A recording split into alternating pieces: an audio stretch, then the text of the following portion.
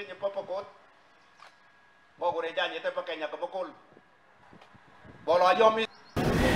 Wale walikimbia kotini, nafikiri walikimbia kotini kwa sababu ya uoga ya kushindwa. Kwa hivyo nafikiri uoga hiyo tayari na kama ni kama ni kushindwa, unaweza hata ile wanataka kudelay kushindwa, bado watashindwa tu, kwa sababu kushindwa ni kushindwa. Kwa hivyo mimi ningeambia wakubali tu uchaguzi uendelee, na wanasema wasiokubali kushindwa si mshindani, na wanaanza kutabiri kwamba watashindwa.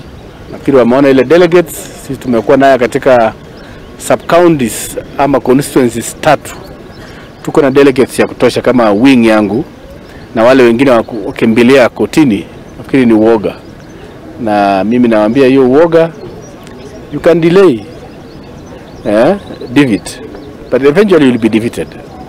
Yes. Na tukiuma kaunti iyo ya West